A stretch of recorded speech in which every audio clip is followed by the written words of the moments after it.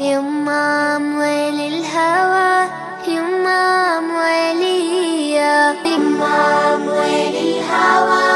يما موالية بسمة بتقهر الهموم والأمل يملاها عمري الظلم ما يدوم وأرضك ما بننساها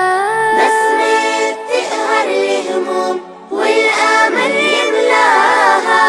عمري الظلم ما يدوم وأرضك ما بننساها والكون كله بيحضر لعرس الحرية يما موالي الهوى يما موالية أعوذ بالله من الشيطان الرجيم بسم الله الرحمن الرحيم الحمد لله رب العالمين ambe masara manifoka abarkada halemi sonani ka biduya irana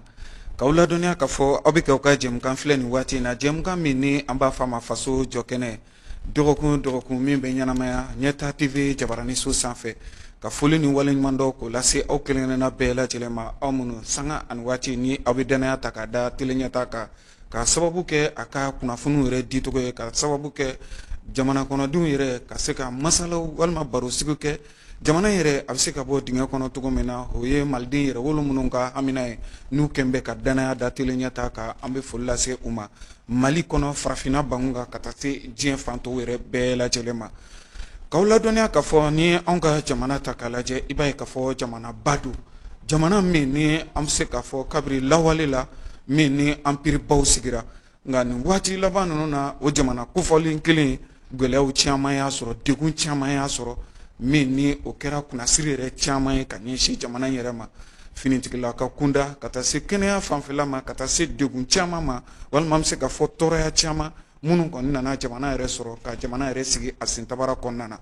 wulikajɔw kɛra maa dɔw fɛ min ye ka fanga daraki yɛrɛ kɛ ka ɲɛsin Ibrahim Bokar Keta ka fanga yɛrɛ ma min kɛra an bɛ se ka fɔ utukalo tile 20 san 2020 jamacɛla fanga dɔ na bila sen kan an bɛ don min na komi bi anw yɛrɛ ka jamana kɔnɔna na min ni a ɲɛmaayaw bɛ sɔrɔsilakaw bolo olu kɔni bɛ ka fɛɛrɛ ni dabaliw bɛɛ lajɛlen bila sen kan min b'a to anw ka jamana yɛrɛ a bɛ se ka wuli k'i jɔ a sen fila ka kɛlɛw cogo min na o hukumu kosɔn kulu dɔ bɛ yen nɔ min ni o bɛ ka wasabulon nɔrɔ bila anw ka jamana kɔnɔ bi n'a bɛ f'o ma CNT Conseil National de Transition ni jɛkulu kofɔlen wasaden caman bɛ a yɛrɛ kɔnɔna na an bɛ se k'a fɔ minnu bɛ jamana yɛrɛ tɔgɔ la n'u bɛ ka cɛsiri caman bila sen kan walasa anw ka jamana a bɛ degun min kɔnɔna na a bɛ se k'i yɛrɛ sama ka bɔ o kɔnɔna na cogo min na cɛba dɔ b'a kɔnɔna na min ni ale yɛrɛ ka cɛsiri fanga ka bon nin tɛ a siɲɛ fɔlɔ ye ka na tele ɲɛta ka wele jaabi Abubakar Sidiki Fɔnba collectif pour la refondation du Mali ni a bɛ fɔ a ma Korema o maa don CNT yɛrɛ maa don Abubakar Sidiki bibi in na i bɛ se k'a fɔ n'a ma ɲɔgɔn ye nka ma a mankutu kɔni mɛn wulikajɔ la an ka jamana kɔnɔna na n bɛ se k'a fɔ fili bi yɔrɔ Abubakar Sidiki ye maa cɛsirilenba ye wa parti politique tɔ min yɛrɛ bɛ anw ka jamana kɔnɔ ni a bɛ fɔ a ma ADPM o ɲɛmaaba don an ye ale wele ka na bi min b'a to an n'a ka se ka barosigi kɛ barosigi kun fɔlɔ walima masala fan fɔlɔ o bɛna boli fɛn min kan o de ye sariyakisɛ min yɛrɛ taara ka ɲɛsin kalafiliko yɛrɛ ma an ka jamana kɔnɔ n'a bɛ fɔ o ma loi électorale a kuma kɔni cayara kosɛbɛ an ka jamana kɔnɔna na ka taa se an bɛ don min na komi bi sigi kɔni kɛn bɛ walima sigi kɛn bɛ ka don kofɔlen min kɔnɔ ni o de ye CEDEAO ka sigi min bɛna taa kɛ Akarakaw fɛ yen nɔ Gana jamana kan ni o kan ka bɛn juillet kalo tile 3 ma Abubakar Sidiki yɛrɛ fɛla ye mun y'a la gɛrɛntɛ a bɛna wuli ka bɔ Mali kan wa a tɛna wuli ka bɔ Mali kan wa da bɛna don ninnu bɛɛ lajɛlen na an ka baro kɔnɔna na ka foli ni waleɲuman dɔ k'o lase aw bɛɛ lajɛlen ma yani an ka ɲininkaliw daminɛ ka foli di Abubakar Sidiki Fɔnba ma fɔlɔ Abubakar Sidiki Fɔnba salamu alaikum. Alaikum salam. Somɔgɔw bɛ di? Alhamdulillah. Fɔnba an bɛ Ala fo ka barikada. a kɛn bɛ tile 2 ye o kɛra tele ɲɛta lajɛliba caman bɛ yen a kanuba caman bɛ yen ko ka wele bila Abubakar Sidiki Fɔnba ma hali ni y'a sɔrɔ tuma dɔ la Abubakar Sidiki Fɔnba ka kursuw fanga ka bon kosɛbɛ kosɛbɛ foli kɛ nin waati in na ka ɲɛsin ɲɛta TV filɛbaw ma n b'a daminɛ i ye min fɔ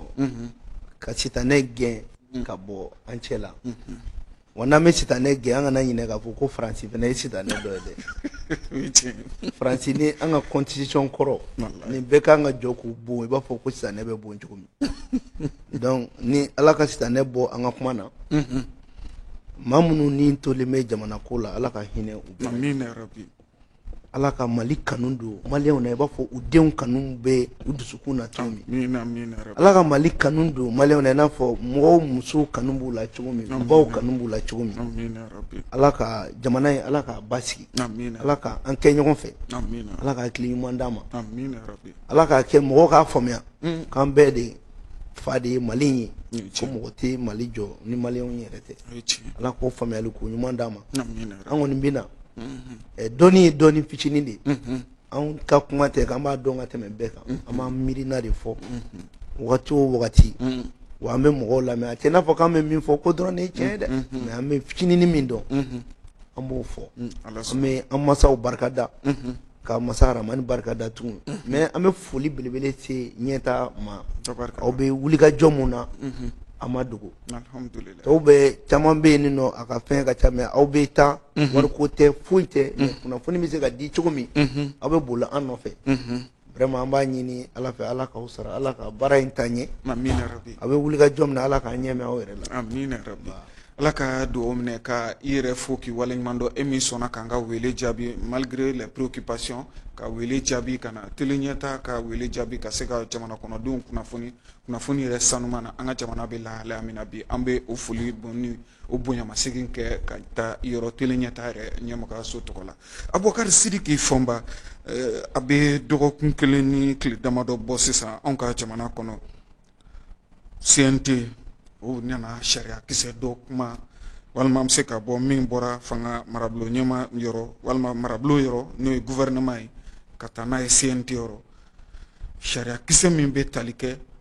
an ka jamana yɛrɛ kalafiliko kunkanko kɔrɔfɔ la n'a bɛ fɔ o ma loi électorale in hali ni y'a sɔrɔ wasaden fanba o kɔni sɔnna a ma maa 115 bɔɲɔgɔn ko wa maa 3 kɔni bɛ yen a ma kɛ olu fɛla ye wa maa yɛrɛ ma sɔrɔ fɛnɛ min y'i yɛrɛ minɛ kabiri nin sariya kisɛ ninnu kɔni waliyara walima a taara an ka jamana kɔnɔ a kumaw cayara an bɛ don min komi bi an bɛ se ka fɔ bɔlɔnw kɔnɔ gɛrɛnw na sigidaw la a kuma bɛ fan bɛɛ lajɛlen fɛ a ka kan k'i wele ka na bi mun de kɛra dɛ e min bɛ CNT yɛrɛ kɔnɔna na sariya kisɛ in a mun y'a kuma caya ta mun de b'a ko la i ka ɲininkali ka ɲi i b'a dɔn mun ye an sɔrɔ k'an to nanzarakan na mɔgɔw tɛna tiɲɛ fɔ wa kalabanciya bɛ caya n'a y'a sɔrɔ a bɛ fɔ an ka kan na maa bɛɛ bɛ i yɛrɛ sɔrɔ nin na n bɛ fɛ ka ɲɛfɔli dɔ kɛ mɔgɔ k'a faamuya jamana sigilen bɛ bolo 3 kan min bɛ bɛɛ sanfɛ o ye président ye CNT wasabulon ani gouvernement ale bɛ se ka sariyaw di an ma n'a fɔ ma ko projet de loi a bɛ se k'a bila ka na n'a y'a diya fɛnɛ a bɛ se k'a fɔ ko n b'a lasegin o sariya kelen fɛnɛ n'anw fɛnɛ y'a lajɛ n'a ma ɲi n'an tɛ ka taa anw jimi sira fɛ ou bien n'an b'a dɔn fiɲɛ dɔ b'a la an fɛnɛ bɛ se k'a lasegin u ma ɔ wasadenw fɛnɛ olu yɛrɛ fɛnɛ bɛ se ka proposition de loi kɛ ka sariya dɔ ta hakilina dɔ bɛ se ka bɔ hakilina dɔ o bɛ kɛ wasaden kelen tɔgɔ la n'a y'i diya fɛnɛ i bɛ se k'a sama ka bɔ bon n'a y'i diya fɛnɛ n'a taara commission na n'i m'a sama o bɛ se k'a fɔ majɛ dɔ bɛ nin jɛ président da tɛ sariya ko kuma na an k'o fɔ ka nɔgɔ b'o la parce que an bɛ ka fɛn dɔw fɔ fɛn dɔw ɲagami tiɲɛ don conseil des ministres la sariyaw bɛ fɔ mais gouvernement ka politique kɔnɔ ale de b'a fɔ n bɛ fɛ ka na ni nin sariya ye donc n'o sariya bɛ na o sariya o man ka ta ka da président kun o ye gouvernement ka responsabilité de ye o ye ale de ka ko ye o de kama n'a sariya nana CNT la gouvernement bɛ wele a bɛna wasabulon kɔnɔ a ye sariya mun d'a ma ka na a sariya k'a lafasa sariya in fɛnɛ bɛ di commission dɔw ma olu b'a labaara yan'a ka labaara u bɛ gouvernement lamɛn ka maa wɛrɛw lamɛn n'o kɛra tuma min na olu bɛ gafe dɔ dilan a bɛ f'o ma ko rapport o rapport in de bɛ kalan députéw ɲɛkɔrɔ n'o banna tuma min an bɛ sɔrɔ ka vote ninnu kɛ ni vote banna anw ka rapport ka fara loi in kan a bɛ taa di cour constitutionnelle ma ni cour constitutionnelle fana ale b'a lajɛ yala fɛn min bɛ nin ko in kɔnɔ ani jamana sariya sunba bɛ taa wa a ti taa n'a ni jamana sariya sunba ti taa a bɛ bila kɛrɛfɛ u b'a lasegin CNT ma bon dɔw fana n'o seginna o b'a yira ko CNT ma baara ɲuman kɛ bon n'o kɛra tuma min ni cour constitutionnelle ko k'a sɔnna a bɛ taa président fɛ yen président fana n'a ka mɔgɔw bɛ sɔrɔ k'a lajɛ ah est ce que gouvernement ye nin bila ka na CNT fana y'a voté est ce que ne kan k'a don ba la gouvernement fana n'a ka mɔgɔw bɛ sigi ka ko ninnu bɛɛ jateminɛ hali ni cour constitutionnelle sɔnna n'ale y'a ye k'a bɛ taa jimi sira fɛ a b'i bolonɔ bila la n'o ye promulgation ye n'o ye promulgation ye donc o kɔrɔ ye mun ye ko responsabilité saba de bɛ sariya baarali la gouvernement k'a bila ka na CNT k'a adopté président k'a promulgué est ce que y'a faamuya o de kama hali ni sariya taara sariya talen kɔ ka majɛnw bɔ a la président bɛ se ka sariya lasegin k'a ye segin a kan a k'a lajɛ kura ye mais o bɛ kɛ amendement na CNT yɛrɛ ka règlement intérieur article 73 o b'o yamaruya di président ma donc o la sa o b'a to an bɛ don an ka kalafili sariya in kɔnɔ a kuma cayara de fɔ n ba an ka kalafili sariya in a bɛ kalo kelen bɔ ne ye bɛɛ ladi n y'a fɔ yɔrɔ bɛɛ n ko nin n'a ma nin bila a bɛ na ni mankan ye i ye kangarida kɛ n ye kangarida kɛ ka taa minisiri fɛ yen k'a fɔ a ɲɛna CNT la fana an ka jɛkulu lamɛnna n y'a f'u ɲɛna ni ɲɛmɔgɔ caman ɲɔgɔn ko hey ne tɛ mɔgɔ kura ye politiki la dɛ bi m'anw bila nin ko ninnu na nin fɛn min natɔ filɛ a man ɲi n'aw ma nin ko in labɛn ka ɲa jan minnu b'a kɔnɔ a bɛ na an da don kuma na dɛ a b'an da don kuma na donc maliyɛn dun mago tɛ kuma na nin ko in na donc n'i ye jateminɛ kɛ tiɲɛ don an bɛ k'a fɔ ko élection kalafili sariya mais kalafili sariya o bɛ yen o loi bɛ yen loi ordinaire de don i bɛ se k'a yɛlɛma kuma o kuma mais ka bɛn ni constitution ye mais n'i ye nin jateminɛ a bɛ n'a fɔ nin kun ye kalafili sariya sanni kun fila de ye cogoya jumɛn na kalafili sariya b'a kɔnɔ kalafili kan ka labɛn ni minɛ min ye o b'a kɔnɔ a sariya o b'a kɔnɔ minɛ min kan ka kalafili labɛn o b'a kɔnɔ a de bɛ f'o ma ko autorité indépendante de gestion des élections nin fɛn in fila in tɛ kelen ye ne y'a fɔ gouvernement ɲɛna n k'a bɛ fɛ ka na ni sariya bɛ élection bɛ organiser ni minɛ mun ye n'an b'a fɔ ma ko autorité indépendante de gestion des élections n k'aw bɛ ka na n'a ye cogo min na a tɛ se ka ɲa nin na parce que adamaden tɛ se ka fali wolo ayi wa fali fana tɛ se ka adamaden wolo jamanadenw bɛnna mun kan k'o sigi sen kan n'o ye assise nationale ye o ye fɛn min fɔ o tɛ se ka na di CNT ma CNT k'i da don o la c'est à dire autorité indépendante de gestion des élections a fɔra fɔ cogo min na a n'a kan ka don ba la cogo min na o cogoya in a tɛ se k'i yɛrɛ sɔrɔ jamana sariya sunba kɔrɔ kɔnɔ fo sariya sunba kura n'i ko k'i bɛ na n'a ye jamana sariya sunba kura la jagoya ye n'a nana ko lasinɛ a bɔtɔ a tɔgɔ bɛ da ko Usumani sabula jamanadenw bɛnna min kan k'o ye organe unique de gestion ye n'i b'a ale bɛ institution de don ale tɛ loi yɛrɛ ye jamanadenw ye min fɔ a la o ye institution de ye i n'a fɔ cour constitutionnelle ye institution ye cogo min assemblée ye institution ye cogo min organe unique fana tun bɛ kɛ institution de ye ten o de fɔra assise la ko latigɛ so jamana yɛrɛ kɔnɔna na voilà i n'a fɔ institution assemblée bɛ ten cour constitutionnelle bɛ ten maintenant n'i ye jateminɛ kɛ loi in tun bɛ CNT ka tabali kan ka sɔrɔ assise ma kɛ donc assise kɛlen tableau rɔni ko k'a sɔnna mais kɔfɛ tuguni assise fana ko k'a sɔnna donc gouvernement ne kun bɛ sariya in kisɛ in k'a bɔ a la gouvernement de ye fili kɛ parce que n'an ma bɔ mɔgɔ ko kɛlɛ la an ka tiɲɛ fɔ maliyɛnw ɲɛna u k'a dɔn min kɛra a bɛ se ka kɛ u t'a dɔn k'u filila mais u filila de fili de don parce que jamanaden ka laɲini o bɛ don constitution kura de kɔnɔ o tɛ se ka kɛ kɔrɔlen o c'est comme a ka fɔ e ɲɛna sisan ko muso kɔrɔ min bɛ e bolo a ma den ɲuman wolo muru y'u ka lajɛli kɛ somaw y'u ta kɛ kodɔnnaw y'u ta kɛ bɛɛ bɛnna kan ko ko ɲɛ b'a la ɲamele n'i ma muso kura furu i mago bɛ den min na ni muso in tɛ se k'o wolo ɔ ko ne ye muso kura furu i bɛ den min wolo a bɛ kɛ filanin de ye o filanin kelen tɔgɔ ye Fuseni kelen tɔgɔ ye Lasinɛ donc Lasinɛ ale de bɛ kɛ loi ye sariya mais Fuseni ale bɛ kɛ a labɛn minɛ ye mais e m'o kɛ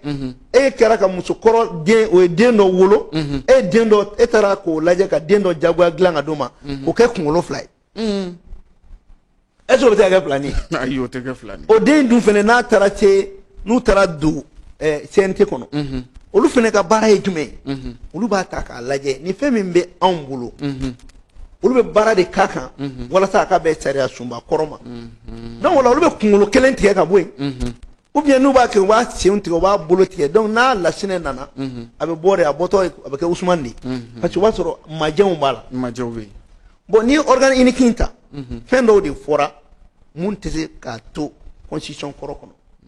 parce que a fɔra cour constitutionnelle bɛ élection jaabi mun di ko k'o fara ale fanga kan administration bɛ élection min organiser ko k'o fara ale fanga kan ɔ ni dun y'o jateminɛ n'an ye sariya in ta a bɛ taa sanga ni sariya sunba kɔrɔ de ye sariya sunba kɔrɔ dun ma o fɔ e bɛ se ka taa fɔ cour constitutionnelle la tuguni k'ale k'a fɔ ko papier dɔ ka ɲi papier min b'a to hakɛ mun dira ale ma jamana ka sariya fɛ ko k'o minɛ ale la Abubakar Sidiki Fɔnba jateminɛ ma kɛ nin kisa ninnu na e ni ɲɔgɔnnaw wɛrɛw fɛ wasabilen mais ne ye nin fɔ a mɛnna tuma dɔ la gouvernement fɛnɛ u b'u yɛrɛ lamɛn u ka bɔ yɛrɛ lamɛn kɔnɔ anw tɛ fatɔ ye an tɛ lagalagatɔ ye ne tɛ bi mɔgɔ ye politique la dɛ san 30 a bɛɛ kɛra ne ɲɛna a kalabanciya bɛɛ kɛra ɲɛna n y'a bɛɛ ye an b'an da don a la de ka fali siri bin na ka bin siri fali la ka so siri jakuma la an y'a bɛɛ ye yan maintenant ni mɔgɔ min y'o bɛɛ la kɔlɔsi a ma deli ka fanga yɛrɛ ɲini fɔlɔ a ma deli ka ministre ɲini ni ala ya nana kɛ o y'i yɛrɛ sɔrɔ wasabulon kɔnɔ n'a bɛ ka kuma min fɔ jamana ko la aw kana aw ɲɛ tugu a kan anw tɛ dunan ye Mali ko la ni politicien si tɛ min bɛ se ka dɔ wɛrɛ fɔ anw ɲɛna politique la an m'a fɔ an b'a bɛɛ dɔn mais mun ye kɛnɛkan jalaki ye an bɛ se k'o fɔ donc an y'a fɔ gouvernement ɲɛna i ka loi in minɛ n y'a fɔ CNT fɛnɛ ɲɛna a ye nin loi in a y'a lasegin aw bɛna min k'a la majɛ min k'a la maliyɛnw tɛna faamuya parce que a bɛna kɛ maliyɛnw kunkolo la k'olu ye kuma min fɔ k'o taara ka bila kɛrɛfɛ alors que maliyɛnw ka kuma bɛnkan kuma o tɛ se ka taa CNT la k'o kuma ka fɔ parce que pour que CNT ka se k'o kuma fɔ fo fanga dɔ bɛ yen o ka fara CNT kan n'a bɛ f'o ma ko le pouvoir constituant ka fanga d'a ma mun b'a to a bɛ se ka constitution baara kɛ même hali o la a bɛ sariya in ta mun na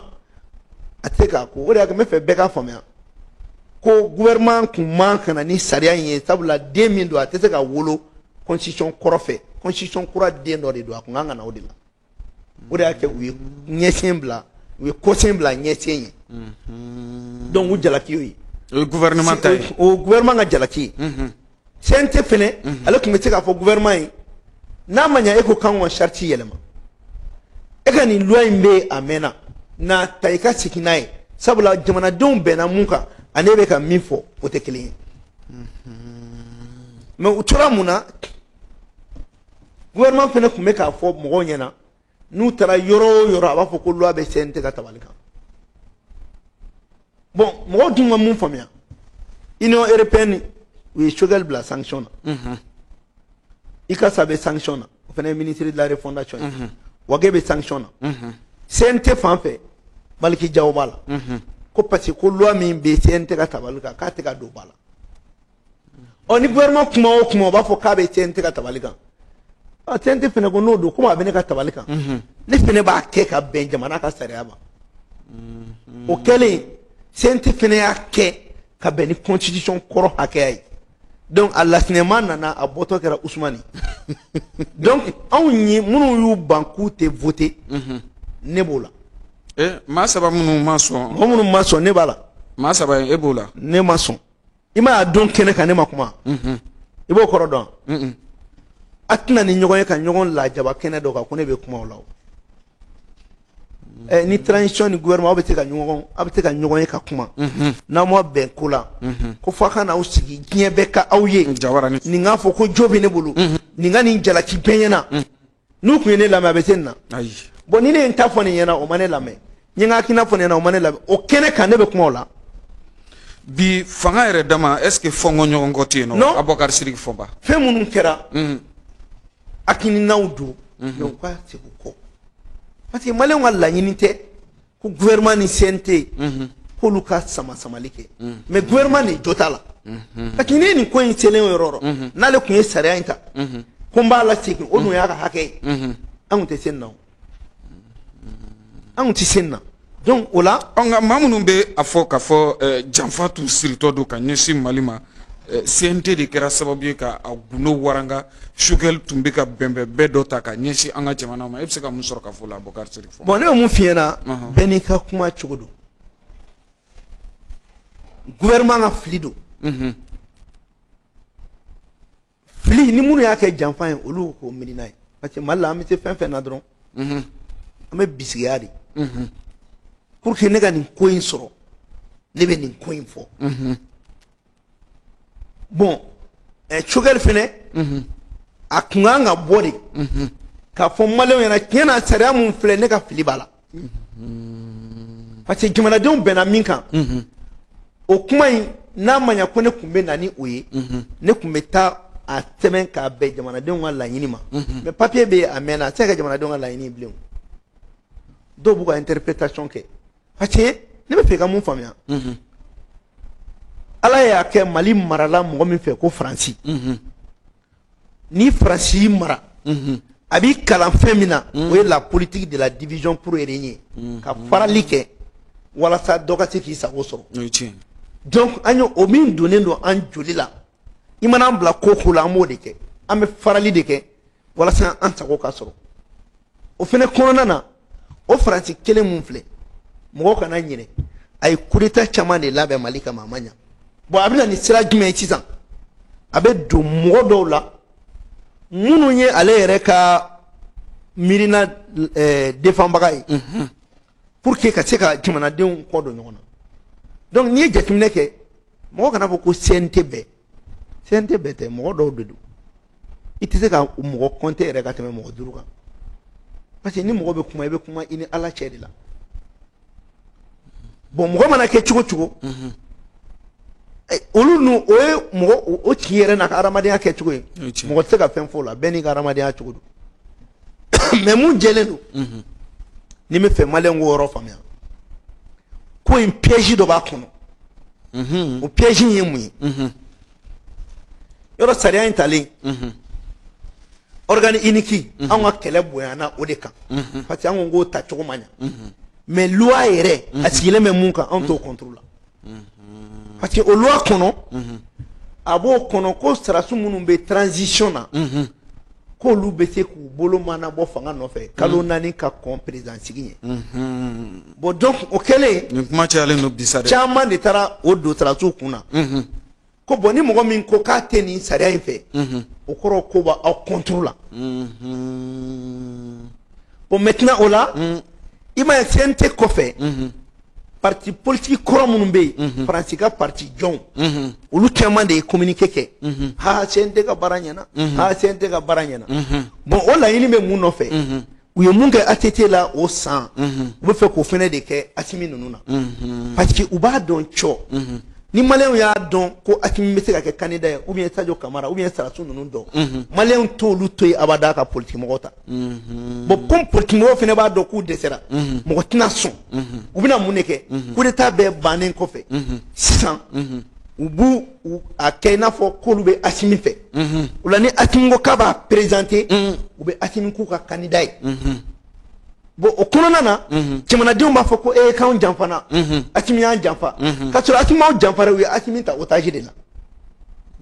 donc n'o kɛra sisan u ye Asimi bila fili dɔ kɔnɔ u b'a bila fili dɔ kɔnɔ k'a kɛ i n'a fɔ ko mɔgɔ bɛ olu bolo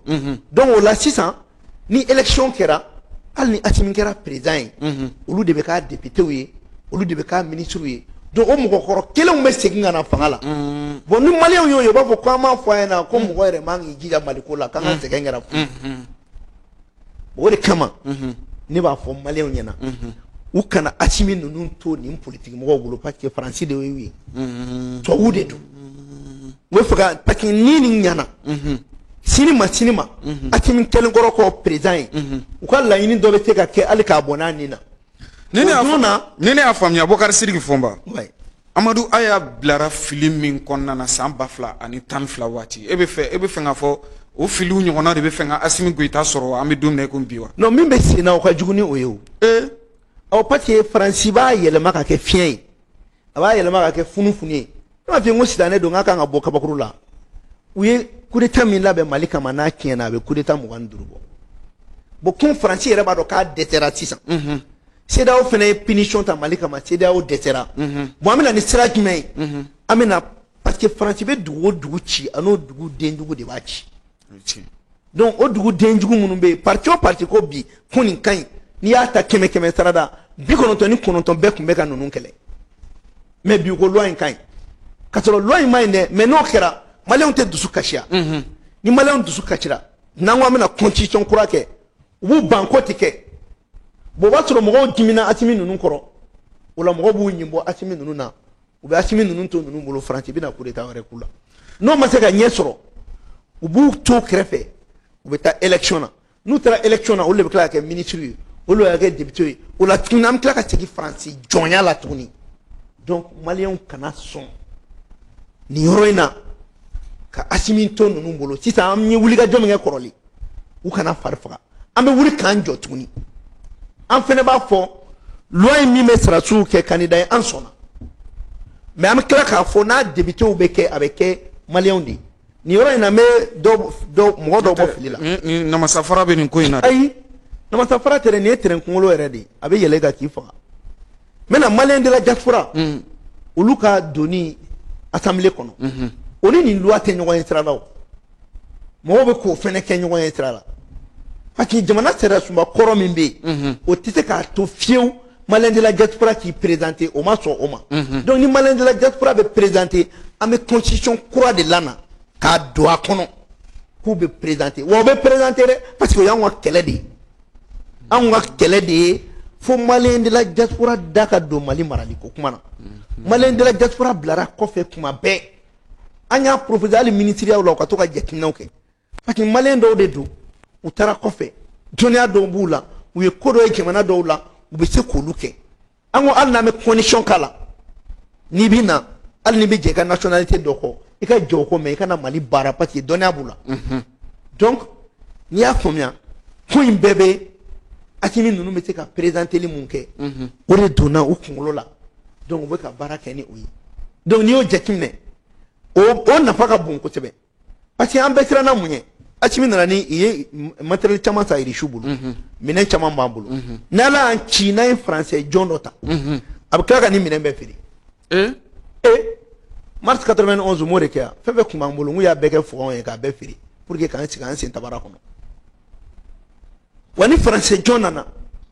n'an m'an kɔlɔsi u tɛ sɔn constitution yɛlɛmali ma wa an ka kan tɛ don ba la alors que constitution kura de b'an ka kan don ba la n'an m'an kɔlɔsi maliyɛn ye laɲini min kɛ ko k'an ka wari dilan ni Faransi jɔn nana wari tɛ dilan o de kama an fɛnɛ kana Asimi ninnu to u bolo komi u ye communiqué kɔ k'a ɲɛna an bɛɛ fɛnɛ ka fɔ ɔhɔn sisan an y'a faamuya ko organe unique mun filɛ gouvernement kun man ka na n'a ye mais komi a bɛ se ka kɛ constitution kura kɔnɔ an m'an sigi k'o makɔnɔ donc an b'a fɔ Asimi an ka taa constitution kura la joona o la an ka laɲini bɛ don kɔnɔ o la fɛnɛ mɔgɔ kana fɔ bilen loi promulguera Asimi kana promulguer k'o to o tɛ kelen ye filanan minnu bɛ ka kɛ sugɛli ko kɛlɛ ye sugɛli ka mɔgɔ minnu fɛnɛ bɛ ka o ta k'o don ba la u ka kekuya parce que n'i ye kɛlɛ kɛ ka se yɔrɔ dɔ la dɔ bɛ fɛ k'e gɛn de ka bɔ yen i kana sɔn a k'i gɛn ne fana ita kɛ nin ye e ita kɛ nin dɔgɔli ye i bɛ sira datugu i yɛrɛ ye maintenant sisan u ka bɔ o kɔnɔ u ka bas la terre parce que ni nin situation ninnu nana i bɛ kunkolo de kɛ ka baara kɛ c'est comme sinamusoma fila sinamuso dɔ in b'a ɲini e ka to ka ko dɔ kɛ walasa i ka nege bɔ cɛ la walasa ale ka diya ye maintenant e min ni manja bɛ e la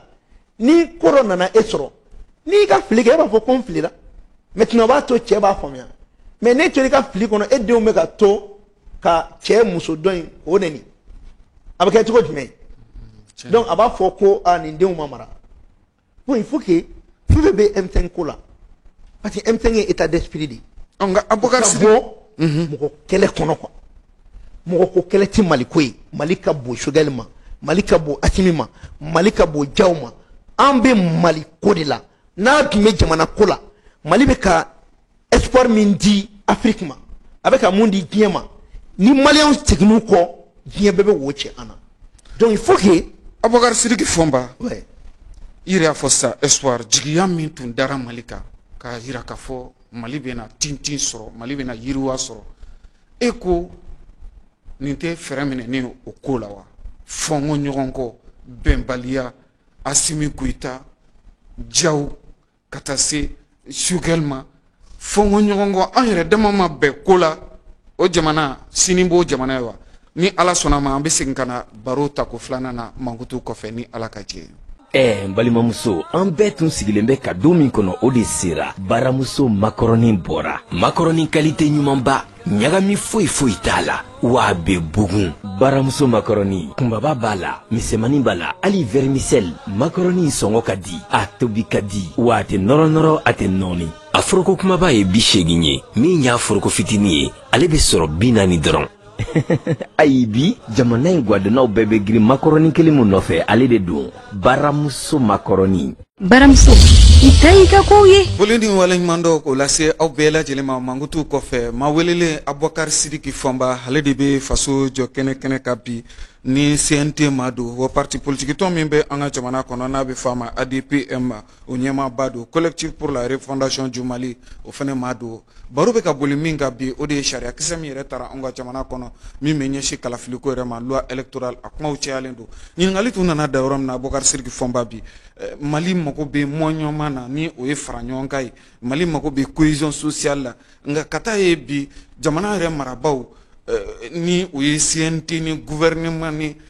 président ye bi maliden caman e ko jigi wariw yɛrɛ tɛ ka na yɔrɔ aw ka bɛnbali walima bɛnbaliya min bɛ jamana marabaw ni ɲɔgɔn cɛ bi walima kumaw cayali min bɛ o tɛna kɛ fiɲɛ ye wa Mali ka ɲɛtagako la wa Abubakar Sidiki Fɔnba o tɛ kɛ fiɲɛ ye ni min m'a faamuya o de kama an bɛ k'a walawala an k'a bila an kun na ko saratu ninnu fana jinɛw tɛ ko ye u bɛ marifa kɔni dɔn mais politiki nangarabaya u t'o dɔn dɛ an minnu bɛ politiki mɔgɔ ye n'an b'a dɔn a janfan bɛ dɔn an b'a f'u ɲɛna n'u m'a mɛn an bɛ segin k'a f'u ɲɛna n'u ka guloki hali n'u ka gulokiw janfa an b'a fara ka b'u kan na parce que an tɛ segin an kɔ n'o ni ɲɔgɔn ye Amadu Aya sɔrɔ an bɛ tubabukan de fɔ Amadu Aya ni ɲɔgɔn ye ale sɔrɔ 2012 wagati tant que an bɛ tubabukan fɔ la janfan tɛ ban Mali la tant que an bɛ parti politique kuma de la janfan tɛ ban Mali la e m'a ye tellement que u ye kumaw nkalon tigɛ f'a taara fɔ ko avocat dɔ bɛ yen min tun bɛ CENI kunna o wagati la ko papiyew taara cɛ ka d'o ma o yɛrɛ m'a fɔ k'o tɛ tiɲɛ ye k'a sɔrɔ foyi ma taa d'a ma a welela de CNT la i n'a fɔ maa tɔw welela cogo min na k'a ɲininka a y'a ka miirina fɔ n'an bɛ k'o ka kuma yɛrɛ fɔ o yɛrɛ b'i jɔ ko CENI ko la ko min bɛ fɔ k'a bɛ fɔ k'ale ye wari dun ne t'a fɔ k'a ye wari dun mais ne b'a fɔ min kalifara ale la ale m'o kɛ ka ɲa n'o de kun ɲana an kun tɛ CENI ma n'i ma baara ɲuman kɛ dɔrɔmɛ donna la o 2 donna i ka baara ma ɲa de a k'aw jɔn ala de fɔ baara min dira ma a ma ɲa wariko tɛ problème ye o donc maliyɛnw ka espoir kana bɔ yen ni maliyɛnw y'u yɛrɛ jigi tigɛ o kɔrɔ ye k'u kun wulilen de tɛ i tɛ se ka wuli k'i b'i yɛrɛ bɔ jɔnya la o jɔnya kɔkan kɛlɛ bannen k'a tɔ to sɔngɔnɔ kɛlɛ ye k'e b'i yɛrɛ t'olu bolo a non o kɔrɔ ye k'u kun tɛ kɛlɛ la n'u ma wuli k'u jɔ n'an ma ni kɛlɛ kɛ sini walahi an denw bɛ taa jɔlɔkɔ da an kaburu sanfɛ k'an y'u janfa parce que ni kɛlɛ in tɛ ka kɛ k'an ka hɛrɛ sɔrɔ mais kɛlɛ in bɛ kɛ de an denw kama o la hali u bɛ kuma su dɔw fɔ ko wari tɛ Mali la dɛ sɛgɛn bɛ Mali la jamu tɛ ɲamele tiɲɛ tɛ wallahi billahi wari yɛrɛ de bɛ Mali la n bɛ misali kelen di ma tera mɛ ka téléphone ci jamana k'a fɔ dɔrɔn ko bon jamanaden minnu bɛ téléphone ci minute kelen o minute kelen a ye jɛ a ka taama kelen di Mali ma pour que an ka jamana jɔ i b'a dɔn bɛ joli ma tile o tile ayi miliyari 14 ani miliyɔn 400 tile o tile 14 milliards 400 millions kalo kelen 420 milliards san kɔnɔ 5000 milliards o sɛgɛn bɛ Mali la ayi sɛgɛn t'o jamana na an ka carte nina an k'o numéro ta wari o wari bɛ d'an ma téléphone fɛ a ka tɛmɛ o fɛ n'i y'o taxe kɛ Mali bɛ 1000 milliards sɔrɔ par an sinon 2000 milliards o wari bɔra jɔnni kun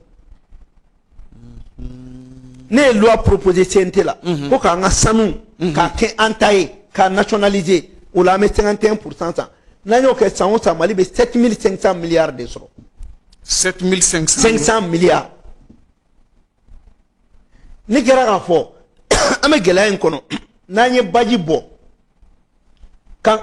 Laginɛ ka na n'a ye Mali la n'a ye jɛ i b'a kɛ kɔgɔji ye n'a ye jɛ i b'a kɛ baji ye mais a bajilama nafa ka bon n'a kɔgɔjilama a kun ye dɔrɔn ka jitɛmɛsira bɔ Laginɛ ka taa fo Gawo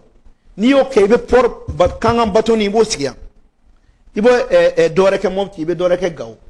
tile o tile n'i y'o kɛ ka fara port sec 7 kan tile o tile ni Mali ma wari sɔrɔ don o don o ye miliyari 2 ani miliyɔn 500 ye a bɛ baara ba 400 de di Mali ma directement wa a bɛ 1,800,000 emplois a b'o de di indirectement gɛlɛya jumɛn bɛ Mali la n'i ye courant ko ta i kana se dɔwɛrɛ la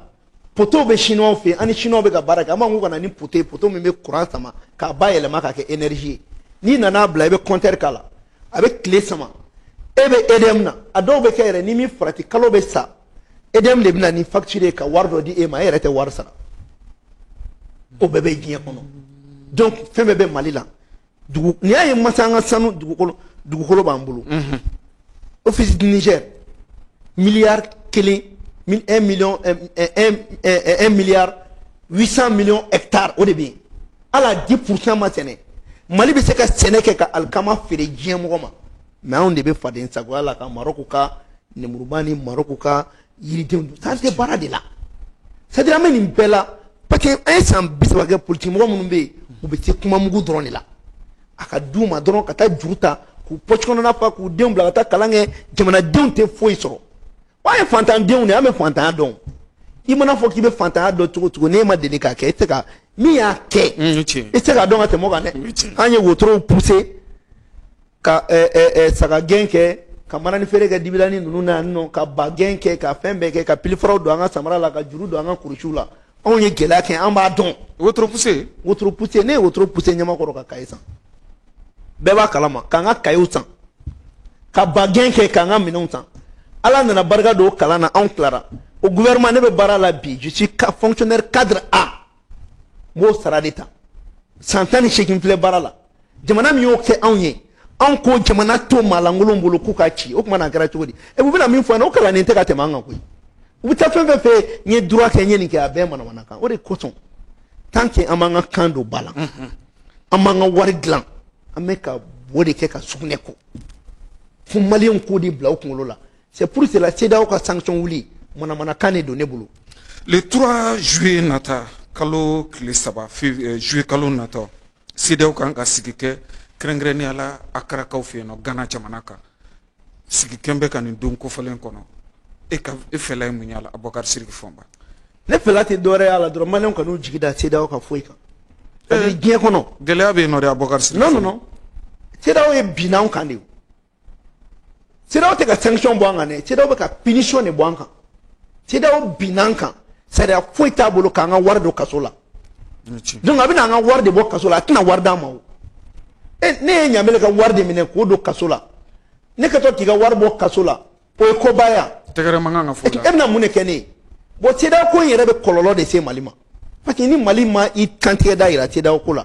k'a fɔ bon anw kɔni sisan a ye sanction d'an ma tuma min na o y'a sɔrɔ a y'aw bolo di OTAN ma OTAN ye Faransi de ye o kɔnɔna la anw t'an yɛrɛ y'a la dɛ parce que an ma sigi a kɛnɛ kan an ma jɛ n'a ye n'a m'o fɔ u bɛ sanction wuli a kun tɛ dɔwɛrɛ ye CEDEAO ka na ni OTAN ye o dun n'olu fɛnɛ nana u bɛna transition coup d'état wɛrɛ de labɛn parce que coup d'état bɛ ka labɛn ninnu bɛ kulonkɛ la o tant e bɛ faransi dɔn n'i y'a kɛ faransi la a bɛ san 100 k'a ti to yen faransi ma yafa ma jɛ Mali kɔ wa faransi tɛ ka jɛ fo ka taa diɲɛ fara lara kan u bɛ ka kulonkɛ o hali faransɛw hali mɔdenw u bɛ nin f'u ɲɛna Mali y'u lamaloyali min kɛ e bɛ se ka faransi lamaloya k'i sigi i b'a fɔ k'i ma fɛn kɛ ka tila k'i n'o faransi denw jɔnw bɛ taga baara kɛ parce que ni ninnu ye Asimi sɔrɔ bi u b'a faga de u t'a to yen u t'anw yɛrɛ to yen ni Ala y'u ci u ka kulonkɛ fanga la ni Ala y'u ci faransi ka segin faransi a taara a tɛgɛ ma de faransi tun t'a dɔn ko maliyɛnw bɛ se ka nin kɛ koyi donc tellement que digilen b'u la donc fɛɛrɛ t'u bolo u b'u to nin na u bɛ don kɛrɛda dɔ fɛ il faut qu'on soit vigilant donc faransi ka magun tɛ k'a fɔ k'u jɛra Mali kɔ fo ka taa diɲɛ wuli u tɛ jɛ Mali kɔ n ko faransi bɛ balo Mali de la ni Mali bɔra faransi bolo n k'u bɛ fantanya de o de kama ko kɛlɛ in tɛ ko denni ye ni maliyɛnw ka nin faamuya n'u min bɛ sunɔgɔ la o ka wuli ni min wulilen don i boli ni i ka tagama n'i bɛ tagama na boli parce que nin ko bɛ cogo min na fo ka taa fɔ ko dugukolo melekera o t'an to yen Asimi bɛ bɔ yen mɔgɔ bɛ na fo a ka don maliyɛn kunkolo la depuis an denw bɛ wolo an k'a f'u ɲɛna bon an ye ko de kɛ faransi la aw kana ɲinɛ a kɔ dɛ a kana to faransi jɔnw ka don yɔrɔ sɔrɔ o de kama maliyɛn caman siran kun ye faransi parti politique jɔn ninnu n'u ye transition da la u bɛ siran u kana siran se foyi kɛ ninnu ye Ala ye ninnu ka ko ban ka ban mais ni maliyɛnw de y'u to yen u ka Asimi ninnu ta otage la o ye a bɛ kɛ Mali de la o la an bɛ jamana in bila de ɲintin a feerebaga b'a dɔn ko wo b'a la a sanbaga b'a dɔn ko wo b'a la wa a bɛ san o kan o y'an ni faransi ta de Abubakar Sidiki Fɔnba hali ni y'a sɔrɔ an ka jamana wolomasiri tabaw n'a bɛ f'a ma armée malienne n'an ko faama u ka wulikajɔw fanga bonyana nin waati laban na nka gɛlɛya ye an ka jamana sɔrɔ kɛrɛnkɛrɛnnenya la Bajangara région kɛrɛnkɛrɛnnenya la Banka cercle maa 100 ni a kunkanfɛ k'u bɔnɛ u ni na maliden caman bɛ yen nɔ o kɔni nana jira k'a fɔ walima jigiwariw nana se maliden caman ma k'a fɔ armée monte en puissance e ko a kuma yɛrɛ ma nkalontigɛ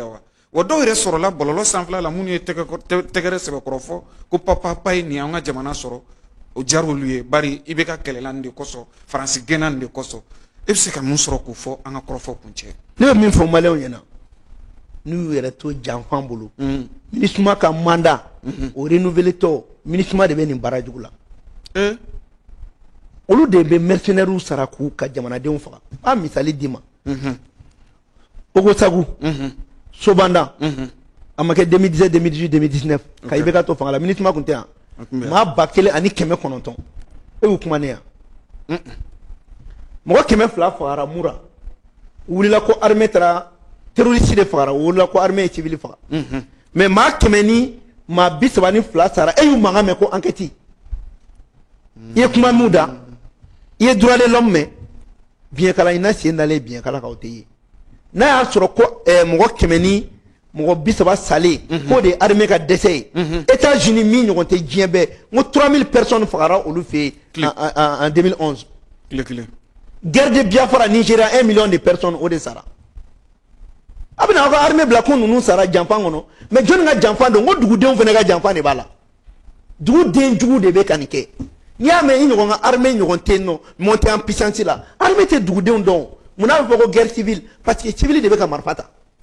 armée t'o dɔn dugudenw de b'o fɔ armée ɲɛna nin ye duguden jugu ye nin ye duguden ɲuman ye aw yɛrɛ b'aw ka duguden jugu dɔn an m'o fɔ armée ɲɛna aw denw b'a la armée bɛ se k'o ɲɛnabɔ n'an y'a sigi ko monter en puissance donna galama la bɛɛ b'a dɔn bi ko o mɔgɔ manamanakan de don mɔgɔ min ye faransi gɛn ka faransi ka RFI datugu o bɛ k'i jɔ a jɔyɔrɔ la Mali territoire ka bon janfan jugu jamanadenw ni jamanadenw m'u jɔ u ka jamanaden jɔyɔrɔ la u bɛ jamanaden bɛɛ tɔɲɔ parce que sarasiw ninnu u nin di de k'olu bɛ sa ko ka anw kuma bɔ politicien maalankolon de bɛ nin kuma modèle ninnu fɔ politicien mɔgɔ ɲuman bɛ yen a maalankolon bɛ yen dɔw tɛ foyi dɔn élection ko e m'a ye loi ko kuma in nana hali su wulila n'i ko k'i bɛ élection kɛ su kan ninnu bɛ élection kɛ u bɛ tagama su kan ka élection kɛ o kɔrɔmasurun ye min ye 2020 coronavirus bɛ ka maaw faga kuma min Ogosagu Sobanda o bɛɛ kɛlen kɔfɛ ko élection bɛ yen a bɛɛ y'i présenté n'a bɔra anw ka parti la ni parti damadɔ an ko anw tɛ taa parce que u tɛ Mali ko la olu bɛ fanga ko de la hali ni u bɛ sa k'u to a la hali jamana bɛ ci a kɔni ka di olu ma donc ne bɛ fɛ ka mun f'i ɲɛna maliyɛnw k'u bolo di ɲɔgɔn ma min kɛra Bankasi mara la Jalasagu ni fɛnw an k'an yɛrɛ interroger est-ce que anw yɛrɛ ye an jɔda mun kɛ an y'o kɛ wa ni armée dun m'i kɔlɔsi par exemple dɔw b'a fɔ ko wele bilara armée ma k'a ma na mais n'i ci bila armée ma armée tɛ sapeur pompier ye o ni ko dɔ bɛ Sabalibugu yan sisan n'i ye armée wele armée bɛ dispositif de ta n'i nanu kama Sabalibugu n'u ko k'u bɛ boli ka taa Senu n b'u kunbɛn n'u bɛ taa Badugu Joliba n b'u kunbɛn n'u bɛ taa Yirimajɔ n b'u kunbɛn armée b'o bɛɛ disposition de ta fɔlɔ k'o ɲɛfɔ ka sɔrɔ ka na ka tila k'a lajɛ ni ne nana ko n bɛ ninnu attaquer minnu bɛ position minnu na n ka n'o position bila dɔ fana ka t'o attaquer o tɛ kɛ i n'a fɔ ko sapeur pompier o k'a fɔ dɔrɔn n ye armée wele dɔrɔn a ye na n'u y'o kɛ u bɛ position min na u b'o bila u b'o yen fana attaquer parce que position bɛ garder de o de kama sirasiw tɛ ka nin fɔ mais n'anw ye plateau sɔrɔ an b'a ɲɛfɔ maliyɛnw ɲɛna baara tɛ kɛ ten c'est comme e ye ne wele sa i ka plateau kan ni technicien m'u ka caméra fɛngɛ ka ɲa an bɛ don cadre min kɔnɔ k'o kɛ ka ɲa min bɛ kɔfɛ fɛnɛ ale fɛnɛ ka ɲa n'a fɔra dɔrɔn an ka na dɔrɔn k'an ka baro kɛ an ka baro kɛ cogo di mais ko ɲɛbila de bɛ k'o la donc kana don maliyɛnw n'u hakili cɛ an k'a dɔn k'a fɔ farafin fagali tɛ foyi ye tubabu bolo wa tubabu même min fiyɛna tubabukɛ b'a den faga a ka nafolo nɔfɛ hinɛ t'u la foyi t'u la o de la kɛ ne b'a fɔ autorité de la transition makaritɔ ko tɛ yen quoi ni tubabukɛ y'a da i tulo kɔrɔ siɲɛ kelen a da tulo kɔrɔ siɲɛ fila anw de bɛ hɔrɔnya dɔn olu tɛ hɔrɔnya dɔn olu de ɲɔgɔn nkalontigɛla tɛ faransi ɲɔgɔn dugu nkalontigɛla tɛ a ɲɛmɔgɔw ɲɔgɔn nkalontigɛla tɛ u bɛ nkalon tigɛ i ko kabako États-Unis ma taa baga Iraki ma faransi yɛrɛ ma taa baga Libi ma an t'o kɔlɔlɔ de la mais est-ce que o jɔn'u la wa an ma jɔ o la ma jɔ n kɔ la fo la Idriss Déby den coup d'état ma kɛ Idriss la u ma t'o den introniser o de ye démocratie ye parti tɛ yan Maroc tɛ nin ye mɔgɔ joli bɛ ka sa Maroc maliyɛn joli sara jamana wɛrɛ mɔgɔ joli sara jɔnni kumana Maroc ma o la droit de l'homme a bɛ kɛ jamana dɔ de la a tɛ kɛ jamana dɔ la wa an ye tunkarankew ja mais i b'a dɔn kun min na Maroc ta kɛ parce que Marocains fɛnɛ ni Français bolo bɛ ɲɔgɔn bolo ko caman na an bɛ nin bɛɛ kalama wa caman bɛ yen u bɛ b'u ka dugu fɛnɛ la ka don Maroc pour que ka to ka wari dɔw fɛnɛ sɔrɔ yen bon donc ni diɲɛ kɛra nkalon so de ye diɲɛ nkalon so de don o de kama n'i b'i ka jamana ko la i ka tiɲɛ fɔ n'i tɛ yen don min na a banna donc maliyɛnw k'a faamuya u kana bin ni piège ni ninnu kɔnɔ ala sɔnna ma Abubakar Sidiki Fɔnba an bɛ i fo k'i waleɲuman dɔn e min sɔnna k'an ka wele jaabi ka se ka na walawalali kɛ bi jamana ko la an b'a jigiya k'a fɔ faamuya caman sɔrɔ la nin tɛna kɛ an n'i ka baro laban ye tuma ni tuma sanga ani waati bɛɛ lajɛlen ka wele bila i ma i ka se ka na an n'i ka baro sigi kɛ kɛrɛnkɛrɛnnenya la ni jɛmukan kelen kɛnɛ kan ni o ye faso jɔ kɛnɛ ye a ka ja an ka jamana filɛ gɛlɛya min na ni a bɛ se ka bɔ o gɛlɛya la cogo min na an bɛ i fo k'i waleɲuman dɔn ka korema maa bɛɛ lajɛlen fo k'i ka parti politique tɔn yɛrɛ ka maaw bɛɛ lajɛlen fo ka ɲini masa Rahamani fɛ basigi ni kolosuma ala k'o sabati an ka jamana kɔnɔna na ka na ni bɛn ye malidenw yɛrɛ dama ni ɲɔgɔn cɛ